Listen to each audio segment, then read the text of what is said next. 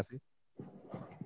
Saya sangat setuju dengan apa yang tadi disampaikan oleh Lukas, bahwa sebaiknya kita menggunakan istilah gerakan sosial 1998 ketimbang gerakan mahasiswa 1998. Karena ketika kita menggunakan istilah gerakan mahasiswa 98, artinya secara otomatis ya, dengan demikian kita mengenyampingkan atau melesatkan adanya gerakan-gerakan lain, sektor-sektor lain, perjuangan kelompok-kelompok lain yang juga terjadi gitu sebelum mencapai puncaknya yang kita sebut sebagai berakhirnya kekuasaan Soeharto. Karena gerakan 98 kan selalu dikaitkan sebagai berakhirnya kekuasaan Soeharto. Jadi saya setuju tadi ketika Lukas mengatakan bahwa penting sekali kita juga membicarakan apa yang terjadi sebelumnya, sebelum 1998 itu.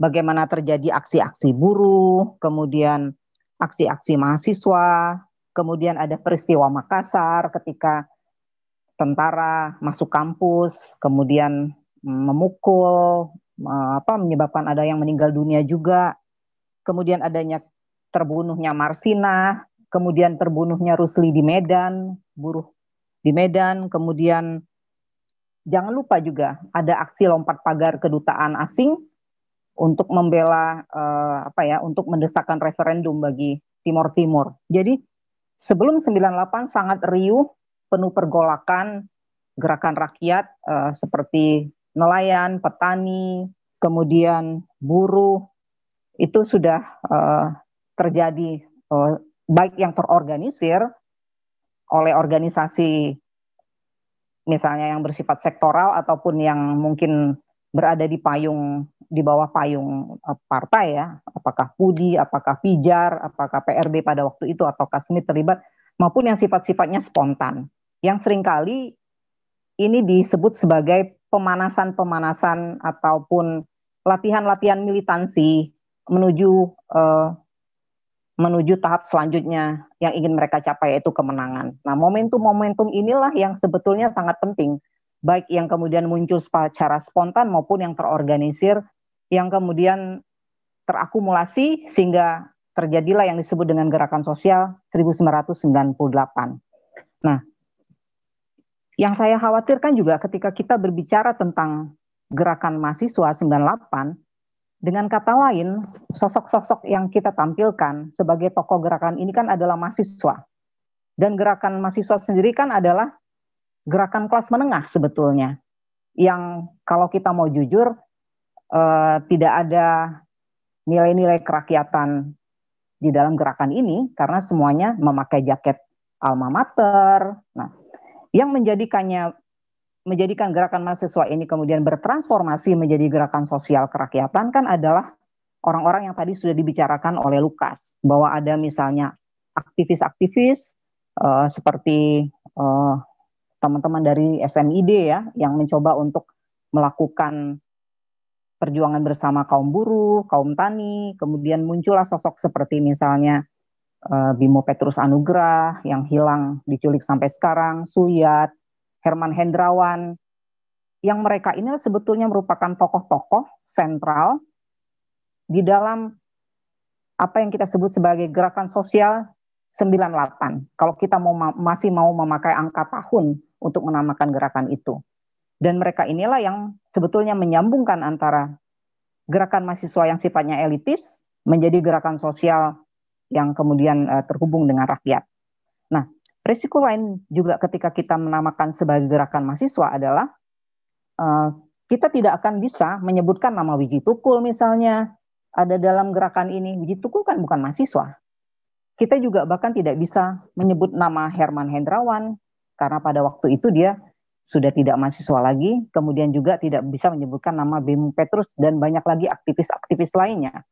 Jadi di satu sisi kata ini atau istilah ini juga mencoba untuk menutupi gerakan-gerakan yang sifatnya lebih kerakyatan dan sosok-sosok yang lebih kerakyatan.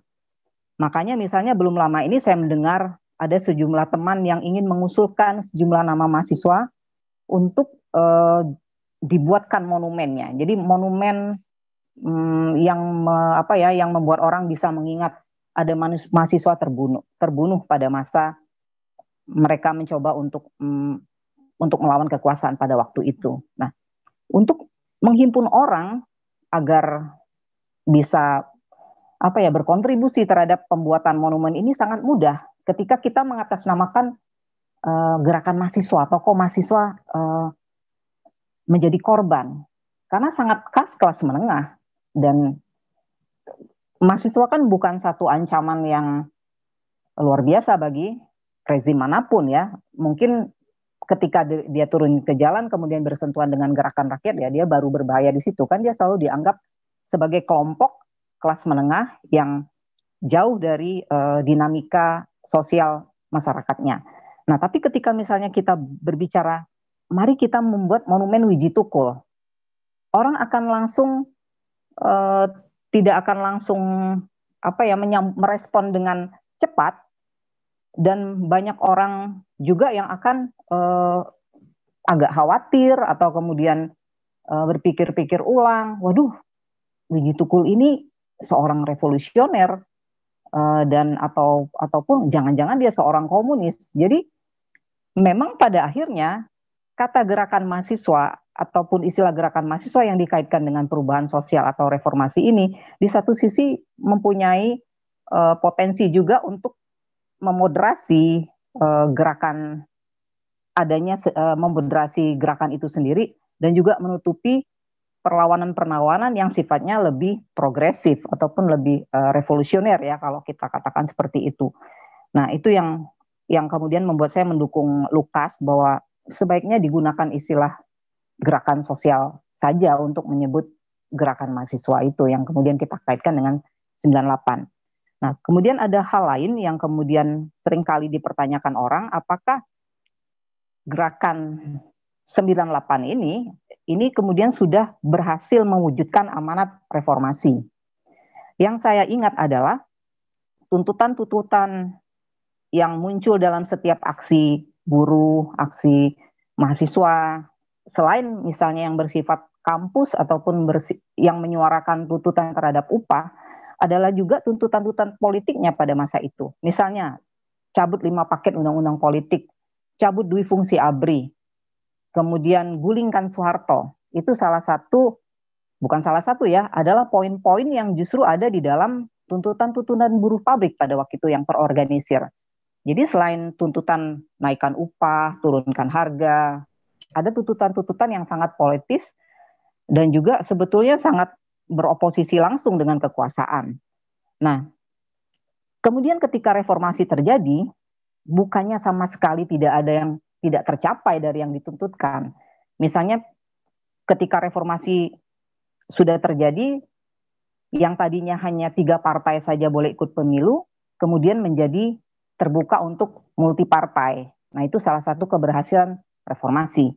Kemudian dui fungsi ABRI juga setelah reformasi, yang tadinya kita sering melihat prajurit berseragam di mana-mana, kemudian kita sangat jarang, kalau kita sadari kemudian ya, kok sudah jarang kita melihat ada tentara berseragam ada di mana-mana di sekeliling hidup kita gitu, di sekitar kita. Tiba-tiba mereka menjadi seperti tidak ada lagi gitu. Nah, mungkin itu juga salah satu keberhasilan dari reformasi. Tetapi kekurangannya adalah tidak ada reformasi birokrasi. Mengapa tidak ada reformasi birokrasi? Nanti akan saya jawab juga gitu di dalam paparan yang saya persingkat aja ya. Dan kemudian kekurangan yang lainnya adalah kita sering mengeluh. Mengapa kok mantan-mantan aktivis yang dulu aktif di dalam partai, di dalam perjuangan perlawanan rakyat, ketika menjadi anggota DPR, mereka tidak melakukan apa-apa. Kemudian mereka juga tampaknya tidak pernah menyuarakan tuntutan-tuntutan rakyat. Bahkan orang-orang hilang sampai sekarang tidak diperjuangkan oleh teman-temannya sendiri. Ada misalnya komentar-komentar seperti itu ya. Nah, kemudian kalau menurut saya, di satu sisi yang menyebabkan wakil-wakil kita tidak menyuarakan apa yang harusnya menjadi amanat rakyat atau amanat kita semua, pertama adalah pada mentalitas mereka pertama. ya itu bisa jadi mereka memang orang yang sama sekali tidak peduli ketika mereka sudah ada dalam kekuasaan, ya mereka hanya memikirkan dirinya saja. Tetapi mungkin ada alasan lain yang lebih substansial di balik itu, bahwa selama 32 tahun Orde Baru berkuasa, kita tidak pernah dilatih ya, atau terlatih generasi mudanya untuk menjadi pemimpin-pemimpin baru. Yang sangat terlatih kan adalah orang-orang dengan latar belakang partai yang berkuasa, orang-orang yang menjadi kroni dari kekuasaan Orde Baru pada waktu itu. Sehingga ketika reformasi terjadi, yang menjadi birokrat-birokrat adalah orang-orang yang memang sudah lama berada di situ, dan bahkan yang kemudian orang-orang yang menjadi generasi berikutnya atau birokrat-birokrat baru yang juga terkait dengan mereka gitu. Nah, jadi memang sangat sulit untuk mewujudkan cita-cita ataupun amanat reformasi yang sangat sangat penting, sangat krusial yang sampai sekarang itu belum terjadi, yaitu karena mereka juga mencontoh misalnya apa yang harus mereka lakukan sebagai wakil-wakil kita dari yang sudah dilakukan oleh orang-orang sebelumnya, karena memang nggak ada contoh yang baik ataupun contoh yang benar gitu untuk bagaimana bekerja untuk rakyat. Tetapi misalnya kita harus punya juga sikap optimistis.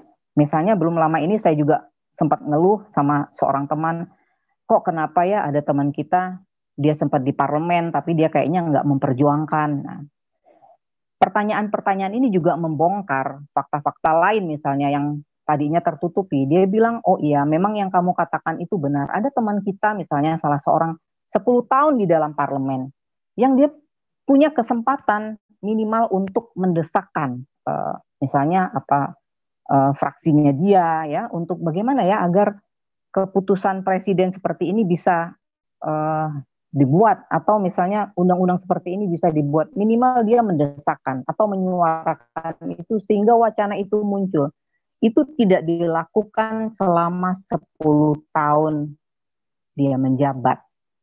Jadi bukannya tidak bisa, karena memang tidak pernah dicoba. Nah, tapi ada teman juga yang dia mencoba untuk melakukan inisiatif bagaimana ya agar pemerintah punya perhatian untuk melakukan penyelidikan atau membentuk tim khusus untuk mencari fakta kasus ini, kasus tertentu misalnya.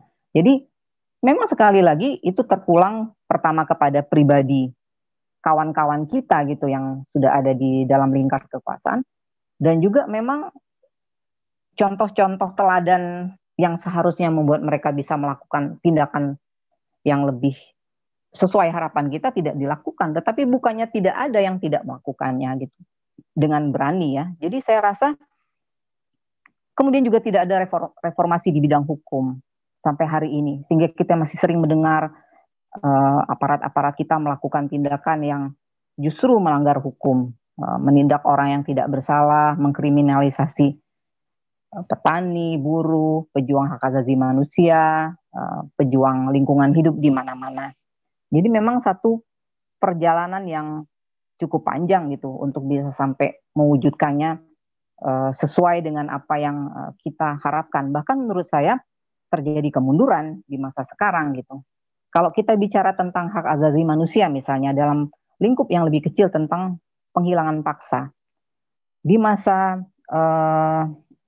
Susilo Bambang Yudhoyono misalnya sudah sempat didesakkan agar adanya keputusan presiden untuk mencari orang-orang hilang ini.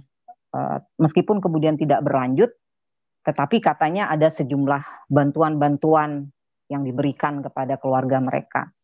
Nah, kemudian tetapi di masa sekarang justru sama sekali tidak ada yang dilakukan gitu oleh pemerintah yang berkuasa sekarang. Jadi apa yang kita lakukan dulu di masa reformasi atau cita-cita reformasi kita bukan seluruhnya, maksudnya bukan sama sekali tidak ada kemajuan yang bisa kita capai, ada juga gitu beberapa yang tadi saya sebutkan. Tetapi beberapa hal lain yang justru sangat penting, sangat vital, justru tidak terjadi perubahan di sana. Nah itu yang mungkin membuat pendulum apa ya, pendulum yang kita katakan kalau pendulum ini terus bergerak dan mungkin sekarang sepertinya membawa kita kepada kemunduran ya, baik bidang HAM, bidang ekonomi, bidang hukum dan sebagainya itu. Nah, jadi saya rasa itu saja gitu yang akan saya sampaikan karena tadi Lukas sudah menjelaskan begitu detail dari masa ke masa, kemudian dari waktu ke waktu, dan kemudian analisisnya juga menurut saya cukup tajam. Saya hanya menambahkan saja tentang kegagalan dan keberhasilan reformasi dan alasan-alasannya. Terima kasih. Terima kasih Mbak Linda atas presentasinya. Menyambung dari semangat reformasi yang mengalami kemunduran, baik dari hak asasi sampai kemudian kawan-kawan yang hilang sampai sekarang belum ditemukan. Ini menjadi pekerjaan terberat tentu tidak hanya bagi kawan-kawan ekstra parlementer, dan juga ini juga menjadi pekerjaan bagi kawan-kawan yang masih di parlementer. Mungkin ada